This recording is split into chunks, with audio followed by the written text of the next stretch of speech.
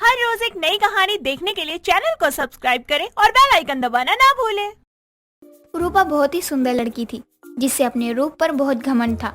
ऐसे ही एक दिन रूपा अपने कॉलेज जाती है तो वहाँ उसे उसकी दोस्त निशा मिलती है और उससे कहती है, क्या बात है रूपा, आज तो तू बहुत खूबसूरत दिख रही है। कौन सा प्रोडक्ट यूज करती हो जिसे लगाने के बाद इतनी खूबसूरत हो जाती हो? बस बस तेरी सारी हरकतें मालूम है मुझे। तू मेरा मजाक बना रही है। मुझे पता है मैं खूबसूरत नहीं दिखती, तभी तू हर रोज मुझे ऐसे ही बोलती है।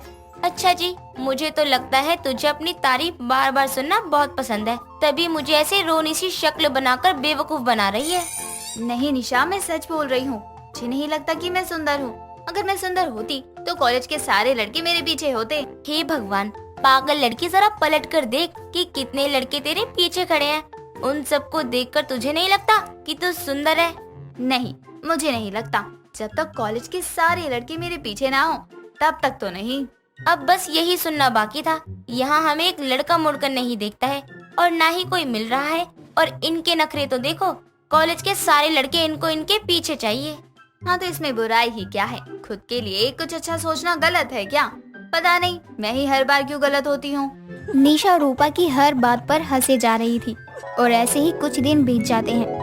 और एक दिन जब निशा और रूपा दोनों एक कैफे में कॉफी पी रही होती हैं, तभी वहाँ गोपाल आता है और अपने घुटने के बल बैठकर रूपा को प्रपोज करता है। रूपा, मेरा नाम है गोपाल। मैं आपसे बहुत प्यार करता हूँ। आप मेरी गर्लफ्रेंड बनोगी? मैं आपको बहुत खुश रखूंगा, मम्मी कसम। क्या तुम मुझसे प्यार करते हो? देखो मेरे भाई, तुम जैसों से अगर मैं प्यार करूंगी तो मेरी इज्जत का क्या होगा? तो तुम अपने ना टाइप की किसी और लड़की को पटाओ और उसके साथ खुश रहो। ओ रूपा जी, क्या बोले जा रही हो आप? अरे आप मना तो कर सकती थी एक वर्ड में, लेकिन नहीं, आपने तो मुझे पूरा का पूरा बेइज्जत करके रख दिया। लेकिन एक बात याद रखना, मैं ये भूलूंगा नहीं, याद रखूंगा ये चीज। जा जा, बहुत देखे तेरे जैसे आशिक। बड़ा आया प्यार करने वाला। खुद को कभी शीशे में देखा है तूने? बड़ा आया रूपा से प्यार करने वाला। हाँ बस कर यार रूपा, इतना भी घमंड ठीक नहीं होता। ज्यादा भाव मत खाया कर अपने रूप पर। सुनो घमंडी बाप की घमंडी औलाद, मेरी बात ध्यान से सुन ले। तेरी खूबसूरती के लिए ना क्या कहूँ उसके बारे में, वो है मेरी आरज़ू। और सुनो चिमकांडी सी शकल की तेरी सूरत, आथू। सुनो गोपाल, मुझे भी तुमसे कुछ कहना है। अगर अभी नहीं कह पाए तो शायद रात को नींद नहीं आएगी, इसलिए कह देती हूँ। हाँ, जो भी बोलना है ना जल्दी बोल, मेरे पास समय नहीं है, मुझे सुबह पनवेल निकलना है। गोपाल, मेरी सूरत जैसी तैसी, लेकिन तेरी सूरत आथू। निकल यहाँ से। आया बड़ा मुझे कुछ भी कहने वाला। निकल यहाँ से या लगाऊं झाड़ू। गोपाल और रूपा की लड़ाई देखकर निशा और वहाँ बैठे लोग हंसने लगते हैं। उन्हें लड़ाई कम और कॉमेडी शो ज्यादा लग रहा था। ऐसे ही कई दिन गुजर जाते हैं। एक दिन विकी नाम का लड़का कॉलेज में आता है, जिसे देखकर निशा रूपा से कहती है, देख रूपा, क्या हैंडसम लड़का जा रहा है। ओए होए, क्या बॉडी है। काश ये मेरा बॉयफ्रेंड होता। तेरा तो हो ही नहीं सकता, क्योंकि तुझे तो कुछ अलग चाहिए। क्यों? इसमें क्या कमी है? ये लड़का मुझे पसंद है। अब देख इसे एक ही बार में मैं कैसे पटाती हूँ। देख अब अपनी रूपा का कमाल। अरे पागल, तू खुद उसके पास जाएगी तो तेरी रेपुटेशन कम नहीं हो जाएगी? सोच ले, फिर कुछ करना। दोनों बात कर ही रही होती हैं, तभी उनके सामने विकी आ जाता है और उनसे कहता है, एक्सक्यूज मी ब्यूटीफुल, क्या आप मुझे बता सकती हैं कि मैं यहाँ बैठ सकता हूँ या नहीं? ऑफ कोर्स बैठिए, ये जगह खाली है, यहाँ कोई नहीं बैठता, तो आप बैठ सकते हो। थैंक यू, बहुत प्यारी हो आप। और हाँ, आप रूपा जी बहुत सुंदर हो। आप ये सोच रही होंगी मुझे आपका नाम कैसे मालूम पड़ा। बस जैसे कॉलेज आया आपके ही चर्चे सुने तो मैं समझ गया कि आप ही हो रूपा जी। अच्छा जी, थैंक यू आपका भी।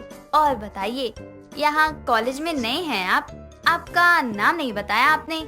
मैंने तो आपको अभी तक मेरा नाम भी नहीं बताया। मेरा नाम विक्की है और मैं आपके हॉस्टल के पास वाले बॉयज हॉस्टल में रहता हूँ।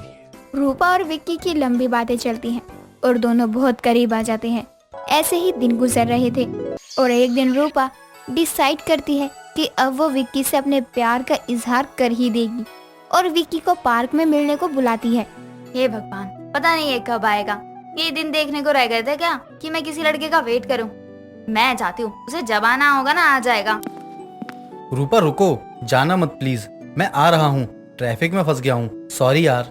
विकी, मुझे पसंद नहीं है कि कोई मुझे इंतजार करवाए। तुम पहले ऐसे लड़के हो जिसके लिए मैंने वेट किया है। तुम समझते क्या हो अपने आप को? मैं जा रही हूँ। रूपा, मैं तुमसे बहुत प्यार करता हूँ। क्या तुम भी मुझसे सच में प्यार करती हो? प्लीज झूठ मत बोलना, वरना मैं और मेरा दिल दोनों ही टूट जाएंगे। हाँ, मैं भी तुमसे प्यार करती हूँ। मैंने तुम्हें इसलिए बुलाया था ताकि मैं अपने प्यार का इजहार कर सकूं। सच में? कहीं कोई सपना तो नहीं देख रहा हूँ ना मैं? वो क्या है ना, मुझे मेरी ड्रीम गर्ल भी मिल गई और मुझे यकीन भी नहीं हो रहा। क्या ये सच में हो रहा है या फिर मेरे साथ सपना है कोई? तुम पागल हो गए हो क्या? ऐसा कौन करता है? शांत हो जाओ, मुझे तो शर्म आ रही है। ओहो मेरी शर्मीली रूपा, आज पहली बार देखा है तुम्हें शर्माते हुए। रूपा, एक बात कहूँ, आई लव यू यार। हाँ हाँ, मैं भी। दोनों के बीच प्यार भरी बातें होती हैं। अब अक्सर दोनों पार्क या कॉलेज में ही मिला करते। ऐसे ही दिन गुजर रहे थे और एक दिन विक्की अपने बेस्ट फ्रेंड गोपाल से रूपा को मिलवाने लेकर आता है। रूपा और निशा दोनों गोपाल को देखकर कहती हैं, तुम इसके दोस्त हो? बेस्ट फ्रेंड हूँ, दोस्त नहीं। और कोई ऐसा वैसा नहीं, बहुत ही करीबी दोस्त हूँ। तुम तीनों एक दूसरे को जानते हो? वाह, क्या कमाल की बात है। फिर तो पहचान की कोई जरूरत ही नहीं है। तुम तीनों तो पहले से ही दोस्त हो ना? हाँ, जानते तो है, लेकिन दोस्त नहीं है, दुश्मन है हमारे ये लंगूर। अरे क्या फुसफुसा रही हो आपस में? पागल वागल हो गई हो क्या? मैं बिल्कुल ठीक हूँ, इलाज की मुझे कोई जरूरत नहीं है। आप ही अपना इलाज करवाइए ताकि सही इंसान को परख सको। सही बात कही है आपने, मैं एग्री करता हूँ आपकी बात से। गोपाल, विक्की, रूपा और निशा चारों एक दूसरे से बात करते हैं और धीरे धीरे गोपाल विक्की के कान भरना शुरू कर देता है, जिसकी वजह से रूपा और विक्की का ब्रेकअप हो जाता है।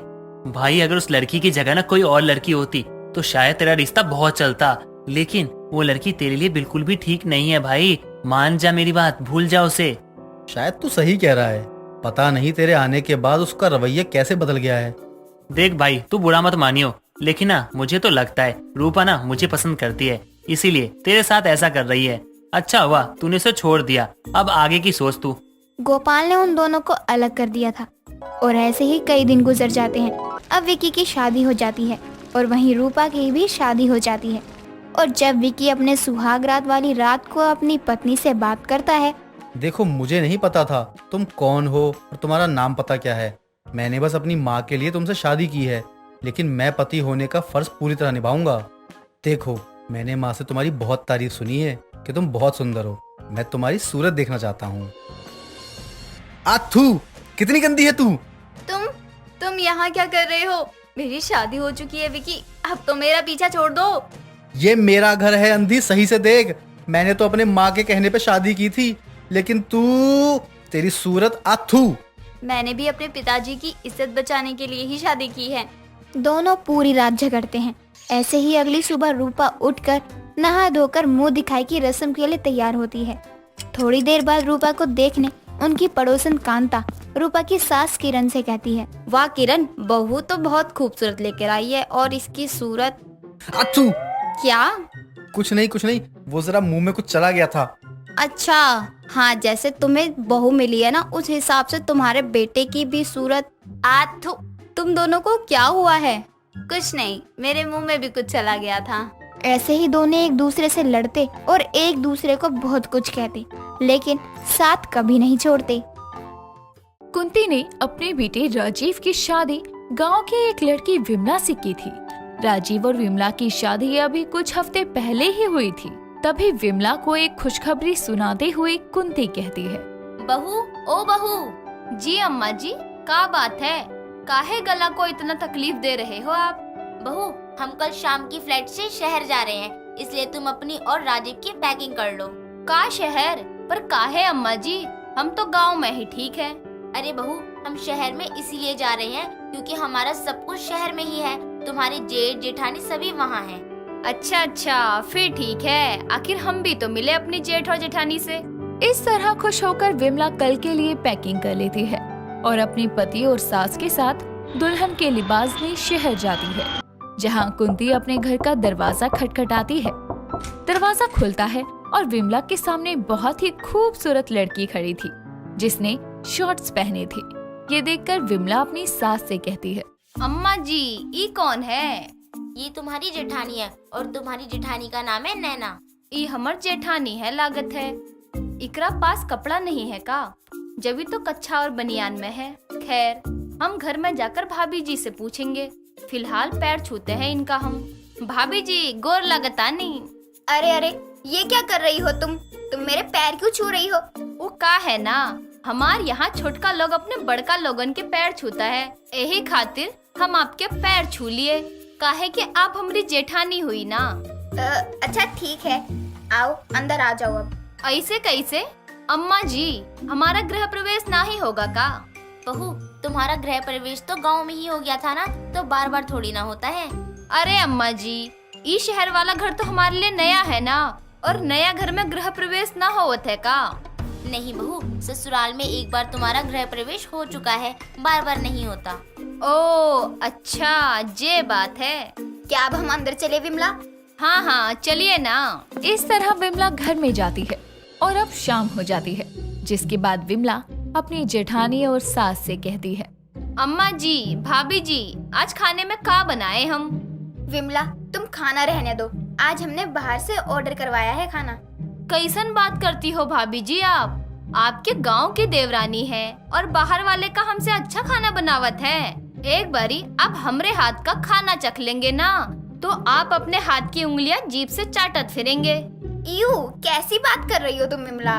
प्लीज ये वर्ड यूज मत करो। अरे ऐसा कैसा वर्ड इस्तेमाल किया हम जो आप ऐसा बोल रही है? अरे कुछ नहीं मेरी माँ, तुम जाओ बना लो जो बनाना है, हम बाहर का खाना कैंसिल कर देंगे। इस तरह विमला वहाँ से किचन में चली जाती है और दाल चावल चोखा बनाकर सभी को परोसती है और सभी उसके हाथों का खाना खाते हैं। सभी को खाना बहुत अच्छा लगता है, लेकिन ये क्या, विमला ने घूंघट किया हुआ था और वो किसी के साथ बैठकर खाना नहीं खा रही थी। ये देखकर नैना विमला से कहती है, अरे विमला, तुमने इतना बड़ा घूंघट क्यों कर रखा है और तुम हमारे साथ बैठकर खाना क्यों नहीं खा रही हो? हाँ बहू, ऐसा क्यों किया तुमने? नहीं नहीं अम्मा जी, आप लोगन के साथ बैठकर खाना नहीं खा सकत है, काहे कि हम घर में सबसे छोटे हैं ना, इसलिए। ये क्या बोल रही हो? छोटी हो कैसे? अरे यहाँ पर हम आपके गांव की देवरानी है और आप हमारी जेठानी। आपके मम्मी जी के और राजीव जी के सामने तो हम बैठकर खा सकते हैं, लेकिन जेठ जी के सामने ना ही खा सकत है ना। लेकिन क्यों? और पहले तो ये अपना घूंघट हटाओ। जी जी, काहे आप हमसे पाप करवा रही हो? पाप? कैसा पाप? अरे जेठ जी हमारे बाप समान होवत है, इसलिए हम अपना चेहरा ना ही खोल सकत है। विमला की बात सुनकर विमला का जेठ कबीर विमला से कहता है, विमला, अगर एक जेठ बाप समान होता है तो क्या एक बाप अपनी बेटी को कभी ये बोलता है कि बेटा तुम घूंघट में रहो, जब तक मैं खाना ना खा लूं तुम भी खाना मत खाना? और सबसे बड़ी बात ये कि जेठ से बोलना मत। क्या तुम्हारे पापा यही करते? नहीं ना विमला, ये पुराने जमाने की बातों को छोड़ो और आओ बैठो खाना खाओ। ओके विमला, बैठ भी जाओ, सबने तुम्हें कहा है, और सबसे पहले अपना घूंघट हटाओ। राजीव जी, आप कह रहे हैं तो यही खातिर हम घूंघट खोलकर सभी के साथ खाना खा रहे हैं। इस तरह विमला भी सभी के साथ बैठकर खाना खाने लगती है। ऐसे ही अब समय गुजरता है और एक दिन, बहू, ओ मेरी शहरी बहू, गांव की बहू, जरा बाहर तो आना। क्या हुआ मम्मी जी? बहू, आज हमारे पड़ोस के घर में पार्टी है, इसलिए तुम दोनों ही तैयार हो जाओ। जी मम्मी जी। इस तरह अब नैना शॉर्ट्स पहन कर आती है, तो वहीं विमला अपनी शादी का जोड़ा पहन कर आती है। ये देखकर नैना उससे कहती है, अरे विमला, ये तुम्हारी शादी का जोड़ा है ना? हाँ जी जी, ये हमार ब्याह का जोड़ा है। हम सोचे कि शादी पार्टी में थोड़ा चमक धमक बढ़िया लगत है, यही लिए हम अपना ब्याह वाला जोड़ा पहन लिए। वाह, सही है, पूरी पार्टी में तुम चमकोगी। अच्छा जीजी, एगो बात कहे का? बोलो। आपने ईका पहना हुआ है, देखो तो कैसे आपकी टांग दिखाई दे रही है, और ऊपर से तो कपड़ा टिकाने के लिए कोनो बद्दी भी नहीं है। ये ऊपर वाला कपड़ा आपके शरीर में कैसे टिका है? ए जीजी, कहीं पार्टी में एक कपड़ा तुम्हारे शरीर से गिर गया तो? ये कैसी बकवास कर रही हो? It's a new style. Style तो ठीक है जीजी, लेकिन हमको एक कपड़ा जम नहीं रहा। जीजी लाओ, हम 2 मिनट में आपका पूरा कपड़ा सही कर लाते हैं। ये कैसी गांव की गवार देवरानी मिल गई है मुझे। विमला देखो, मैं ऐसे कपड़े पहनती रहती हूँ, तुम मुझे मत सिखाओ कैसे कहाँ जाना है। नैना अब अपने कपड़ों के बारे में सुनकर चिढ़ जाती है और अपनी गांव की देवरानी को जवाब देते हुए पार्टी के लिए अकेले निकल जाती है। ये सब देखकर कुंती अपने बेटों को सब कुछ बताती है। ऐसे ही अगली शाम विमला का पति विमला से कहता है, विमला, मैंने सुना है यहीं पास में एक नया रेस्टोरेंट खुला है, क्यों ना हम वहाँ पर जाकर आज का डिनर करें। क्या राजीव जी, आपको तो पता है ना हम गांव की लड़की है। अरे भला गांव की लड़की को बाहर का खाना कैसे पसंद होगा। विमला, मैंने तुम्हें पहली बार कहा है, देख लो मैं कभी नहीं कहता, लेकिन अगर मैंने आज कहा है तो मैं चाहता हूँ कि तुम हाँ करो, क्योंकि यार हमें भी तो थोड़ा सा टाइम चाहिए ना। ठीक है। वैसे एगो बात बताओ, आज आप इतना रोमांटिक काहे हो रहे हो? क्योंकि मैं अपनी पत्नी को बाहर ले जाना चाहता हूँ, बस इसलिए। ठीक है, हम चलने खातिर तैयार हैं। एक तरफ तो राजीव अपनी पत्नी को बाहर जाने के लिए मना लेता है, तो वहीं दूसरी तरफ अब कबीर नैना से कहता है, नैना, यस डार्लिंग। मैं चाहता हूँ कि आज हम कहीं बाहर चले। हाँ बिल्कुल, चलो। तैयार तो हो जाओ जानू। Okay baby. दोनों की पत्नियां बाहर जाने के लिए तैयार हो जाती हैं और दोनों ही तैयार होकर हॉल में आती हैं, जहां एक बार फिर विमला अपनी शहर की जेठानी को देखकर कहती है, आई हो दादा, जीजी कैसन कपड़ा पहनी हो तुम? कल तो फिर भी तुम्हारा शरीर ढका हुआ था, लेकिन अभी तो देखो ऐसा लग रहा है जैसा जेठ जी का कच्छा और तुम अपना ब्लाउज पहनकर बाहर जा रही हो। यू इडियट, अब जब तुम्हें कपड़े पहनने की तमीज नहीं है तो इसमें मैं क्या कर सकती हूँ? तुमने खुद के कपड़े देखे हैं? ऐसा लग रहा है चद्दर लपेट कर जा रही हो। का कहे तुम चद्दर? अरे ये बनारसी साड़ी है, समझी आप? और ई का अंग्रेजी में गाली बके जा रही हो। अगर हमने हिंदी गाली शुरुआत कर दी ना तो बुझ नहीं पाओगी। हाँ, आई बड़ी। उन दोनों की बहस देखकर अब कुंती, कबीर और राजीव हॉल में आते हैं, जहां उन दोनों को इस तरह कुत्ते बिल्ली की तरह लड़ता देखकर वो परेशान हो जाते हैं। ये सब ध्यान में रखते हुए कुंती उन दोनों को चुप करवा कर कहती है, चुप करो तुम दोनों, जब देखो एक दूसरे से लड़ती ही रहती हो। अरे तुम दोनों की सुलह हो जाए, इसीलिए मैंने अपने बच्चों को कहा तुम दोनों को एक जगह खाने पर ले जाए, पर मुझे क्या पता थी कि दोनों एक साथ रहेंगी तो एक दूसरे को समझेंगी नहीं। लेकिन तुम दोनों अपनी हरकतों से कभी बाज नहीं आ सकती। कबीर, आज से तू यहाँ शहर में रहेगा, वहीं राजीव अपनी पत्नी को लेकर अपने गांव जाएगा। इस तरह मेरा परिवार बिखर तो जाएगा, लेकिन कम से कम घर में शांति तो बनी रहेगी ना। अपनी सास की बात सुनकर अब दोनों अपनी गर्दन झुकाए खड़ी हो जाती हैं और सबसे माफी मांगती है। साथ ही अब दोबारा ऐसे ना लड़ने का प्रॉमिस करती हैं। और इस तरह अब जेठानी भी कभी साड़ी पहन लेती तो वहीं अब विमला भी शहर के तौर तरीके सीखने लगती। अनुज की 2 बीवियां थी, पहली बीवी काजल और दूसरी बीवी नैना। दोनों में आज तक कभी नहीं बनी थी। दोनों छोटी छोटी बातों पर लड़ने को तैयार होती। ऐसे ही कुछ दिनों बाद दोनों की सास सुधा उन दोनों को बुलाकर कहती है, मौसम ठंडा हो गया है अभी से, तो सर्दियों के सारे कपड़े निकाल दो और उनमें धूप दिखा दो। माँ जी, वही गंदे से कंबल रजाई इस्तेमाल करोगी क्या आप? कम से कम उन्हें धुलवा तो लो। सौतन की सर्दियाँ क्या पहली बार आ रही हैं? रजाई कंबल को धोया नहीं जाता, रजाई में रुई होती है और पानी लगने से वो खराब हो जाती है, इसलिए सर्दियों से पहले धूप लगवाने को बोल रही हैं माँ जी। मेरी तो अब तक की पता नहीं कितनी सर्दियाँ आ चुकी है, लेकिन शायद आप दोनों अभी भी पुराने जमाने की तरह ही रहना पसंद करती हो। रुई वाली रजाई है ना? पुराने जमाने के क्या मतलब है? रुई वाली रजाई इतनी गर्म होती है ना, उसे ओढ़ने के बाद बाहर की सर्दी का कुछ पता भी नहीं चलता। अब भी ना जाने कितने लोग वही इस्तेमाल करते हैं। हाँ, जो इस्तेमाल करता होगा वो आप जैसा ही होगा। मैंने यहाँ तुम दोनों को बकवास करने के लिए नहीं बुलाया है। सर्दी के सारे कपड़े निकालो और सभी कपड़े, कंबल, रजाई बाकी सब में धूप लगवा दो। खटमल वगैरह जो भी होंगे ना साफ हो जाएगा। आप लोगों की ही होती होगी ऐसी सर्दियाँ, मेरी तो नहीं होती। मेरे तो कमरे में ही जो आता है आराम से गरम गरम रहता है, क्योंकि मैं तो हीटर लगा कर रखती हूँ अपने कमरे में। ये मेरी सौतन कुछ ज्यादा ही बोल रही है। अभी अच्छे से बता दूंगी कि कैसे होगी मेरी सौतन की सर्दियाँ। फिर लगा दे रहे अपने कमरे में हीटर। जिसको जो करना है वो कर लेना, लेकिन अभी जो मैंने बोला है वही होगा। तुम दोनों जाओ एक दूसरे की मदद करो और कंबल को अभी से धूप दिखाना शुरू कर दो। 1 हफ्ते तक यही करते रहना। आप बोल रही हो तो कर दूंगी, वरना तो मैं ये सब नहीं करती हूँ। और हाँ, पिछली बार पानी गर्म करने वाली रॉड भी खराब हो गई थी, तो अब नहीं लानी है। अभी ले आओगे तो ज्यादा महंगी भी नहीं मिलेगी, इसलिए तुम दोनों में से कोई जाकर अभी ले आना। माँ जी आपकी तो फरमाइशें ही बढ़ती जा रही है। अभी तक कंबल रजाई को बस धूप दिखाने के लिए बोल रही थी, अब बाहर जाकर रॉड लाने को भी बोल रही है। शाम को वैसे ही ठंडी हवा चलती है, मैं तो नहीं जाऊंगी। लो, सर्दियाँ आई नहीं कि मेरी सौतन को अभी से ठंड लगने लग गई। इतनी ठंड लग रही है तो आगे क्या होगा? तब तो ठंडे पानी में काम भी करना पड़ेगा तुम्हें, तब मना भी नहीं कर पाओगी। ऐसे कैसे? ठंडे पानी में काम? ना बाबा ना, लाओ पैसे दो मुझे, मैं भी जाकर रॉड ले आती हूँ। मुझसे तो नहीं होने वाला ठंडे पानी में काम, इससे अच्छा है कि रॉड ही ले आऊँ। सुधा की बात सुनने के बाद दोनों काम में लग जाती हैं और धीरे धीरे सर्दी का मौसम आने लगता है। ऐसे ही एक दिन शाम को नैना अपनी नई रजाई ओढ़ कर बैठी थी।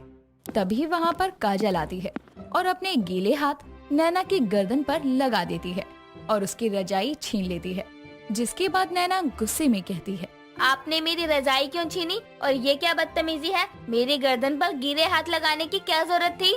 मैंने अपने हिस्से का सारा काम कर लिया है, अब जाओ, बर्तन तुम्हें धोने हैं और कपड़े भी जाकर जल्दी से धो लो। थोड़ी देर बाद सबको खाना भी देना है। वैसे दीदी आप इतनी अच्छी हो, आज आप मेरे बदले का काम कर दो ना। वो क्या है ना, मेरी थोड़ी तबीयत खराब है। वो क्या है ना, मेरी भी थोड़ी तबीयत खराब लग रही है, इसलिए मैंने अपना काम सारा पूरा नहीं किया। तुम जब अपना काम करने जाओ ना तो थोड़ा मेरा भी काम कर देना, ज्यादा नहीं, बस झाड़ू पोछा लगाना है और खाना ही बनाना है। अब तुम भी इतनी अच्छी हो तो मेरे लिए इतना कर ही सकती हो ना।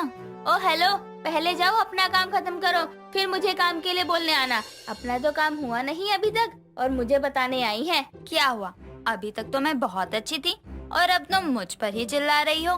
वाह, सौतन की सर्दियाँ भी नए रंग दिखा रही हैं। तो क्या हुआ? अगर आप मुझे मेरा काम करने के लिए बोल रही हो तो खुद भी तो अपना काम पूरा करके रखो ना। खुद ने तो अपना काम किया नहीं तो मुझे किस हक से बोलने आ गई आप? इसी हक से कि मेरा सारा काम हो गया है और तुम्हारी तरह सर्दी की मरीज नहीं हूँ मैं कि जरा सी हवा चली नहीं और मैं दुबक कर रजाई में घुस गई। जाओ अब काम करो। अच्छा दीदी, मैं काम तो कर दूंगी, लेकिन आप बस पानी गर्म होने के लिए लगा दो, उसके बाद मैं सारा काम कर दूंगी। बस इतना ही कर दो, फिर थोड़ी देर में सच में काम हो जाएगा। हमारे यहाँ पानी गर्म बस नहाने के लिए ही किया जाता है, बाकी काम ठंडे पानी से ही करने होते हैं। तो जाओ, अब कोई बहाने मत बनाओ और जाकर काम पर लग जाओ। काजल इतना बोलकर वहाँ से नैना को काम करने भेज देती है और नैना भी ठंडे ठंडे पानी में कपड़े बर्तन धो रही थी। ऐसे ही कुछ दिन निकल जाते हैं और मौसम बहुत ज्यादा ठंडा हो जाता है। लोग घरों में तसले वगैरह जलाकर आग लगाते हैं। तभी रसोई में काम करते हुए नैना ने हीटर लगा रखा था और वहाँ पर काजल आती है और हीटर बंद करके उसे बाहर लेकर जा रही होती है कि तभी नैना कहती है, अरे आप हीटर क्यों लेकर जा रही हो? दिखाई नहीं दे रहा क्या? मैं यहाँ पर खाना बना रही हूँ। दिखाई तो दे रहा है, लेकिन हीटर का काम रसोई से ज्यादा कमरे में होता है, तो कमरे में हीटर लगाने के लिए जा रही हूँ। खाना बन जाए तो बता देना, ठीक है? छत पर माँ जी और अनुज जी ने आग जला रखी है, आप वहाँ चले जाओ ना, वहाँ पर हाथ पैर सेक लो। क्या ही फायदा होगा वहाँ जाने का, यहाँ आग जला रखी है और छत पर खुले में आसपास की तो हवा लग ही रही है ना। इससे अच्छा है कि हीटर लगाकर आराम कर लूँ मैं कमरे में ही। अगर आप हीटर लेकर चली जाओगी तो मैं क्या यहाँ ठंड में कपकपाती रहूँ? अरे नहीं नहीं, किसने बोला है तुम्हें ठंड में कपकपाने के लिए? खाना बना तो रही हो ना तुम यहाँ पर, और यहाँ पर गैस पर हाथ भी गर्म कर लो, तुम्हारे लिए तो यही अच्छा है। लेकिन फिर तो और देर हो जाएगी ना खाना बनाने में। वो सब तुम्हारी परेशानी है। अब मजा आएगा ना, मेरी सौतन बनी है ना, तो सौतन की सर्दियाँ सौतन को ऐसे ही ठंड में तड़पाऊंगी कि पता चल जाएगा इसे कि किसकी सौतन बनकर आई है यहाँ पर। हाँ हाँ, सब तो मेरी ही परेशानी है ना। नई रजाई लेकर आई मैं, हीटर लेकर आई मैं, और अभी तक मैं ही इनका इस्तेमाल नहीं कर पा रही हूँ। तो क्या हुआ, भले ही तो मेरी सौतन हो, लेकिन मैं तो तुम्हें बहन मानती हूँ ना। अब इसमें क्या तेरा और क्या मेरा, जो है वो हम दोनों के लिए ही तो है। बड़ी जल्दी याद आ गया तुम्हें कि हम बहनें जैसी हैं। और नहीं तो क्या, मेरी सौतन की पहली सर्दियाँ मेरे साथ हैं, तो यादगार भी तो होनी चाहिए ना, कि तुम्हें आगे की सर्दियाँ भी याद रहें। काजल इतना बोलकर वहाँ से चली जाती है। काजल कोई न कोई बहाने से अपनी सौतन को सर्दियों में परेशान किया करती थी। धीरे धीरे दिन निकल रहे थे और ऐसे ही सर्दी का मौसम भी जाने लगा था। कुछ दिनों के बाद काजल बर्तन धोने के लिए जाती है और गर्म पानी करके बर्तन धो रही होती है कि तभी वहाँ पर नैना और सुधा आती है और सुधा कहती है, बहू अभी सर्दियाँ गई नहीं है, इसलिए गर्म पानी से कपड़े धोया कर, क्योंकि ना जाने कब सर्दी पकड़ ले। 4 दिन की सर्दी महीना भर तबीयत खराब कर सकती है। ये कौन सी बात है भला?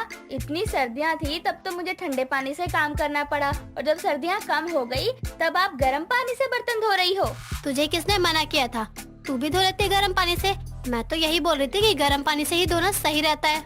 आप तो अब बोल रही हैं, लेकिन ये दीदी ने तो मुझे मना कर दिया था, ये बोलकर कि आप लोग गर्म पानी बस नहाने के लिए ही इस्तेमाल करते हो। हाँ तो इसमें कौन सी बड़ी बात है? मेरी सौतन की सर्दियाँ थी तो मैंने सोचा अच्छे से ही जाएं। अब थोड़ा बहुत हंसी मजाक तो चलता ही है ना। अच्छा, मतलब आप मुझसे बार बार झूठ बोलकर सर्दियों में परेशान कर रही थी ना? और नहीं तो क्या, मेरी सौतन बनकर आई थी तो सौतन की सर्दियाँ तो अच्छे से तसल्ली से ही जानी चाहिए ना, इसलिए मैं अब तक तुम्हारे साथ मजाक ही कर रही थी। काजल इसी तरह अपनी सौतन को सर्दियों में परेशान करती है और सौतन की सर्दियाँ ठंड में काम करने में ही निकल जाती है। दोस्तों, अगर आपको ये कहानी पसंद आई तो इसे लाइक करें, शेयर करें और कमेंट करके बताएं कि कहानी में आपको सबसे अच्छा क्या लगा।